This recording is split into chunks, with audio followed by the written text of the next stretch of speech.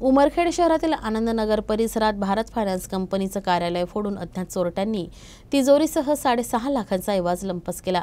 रात्री 11च्या सुमारास ही घटना घडली। आठवडाभरातच घडलेल्या दुसऱ्या धाडसी चोरीमुळे उमरखेड शहरात खळबळ उडाली आहे।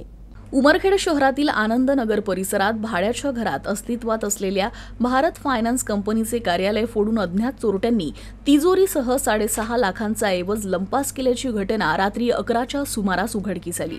आठवड्याभरातच घडलेल्या या दुसऱ्या धाडसी चोरीमुळे मात्र उमरखेड शहरात खळबळ उडाली आहे।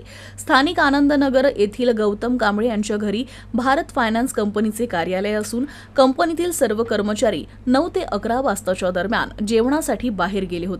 याच संधीचा फायदा घेत अज्ञात चोरट्यांनी गेटचं कुलूप तोडून आत प्रवेश केला आणि सीसीटीव्हीचा डीआरडी बॉक्स फोडून त्यानंतर मेन तिजोरीकडे चोरटे वळले। त्यांनी तिजोरीसह सीसीटीव्ही कॅमेरा बॉक्स घेऊन पोबारा केला। या प्रकरणी पोलिसात तक्रार दाखल करण्यात आली आहे। प्रकरणी पोलिसांनी गुन्हा दाखल केला असून पोलीस तपास करत आहेत।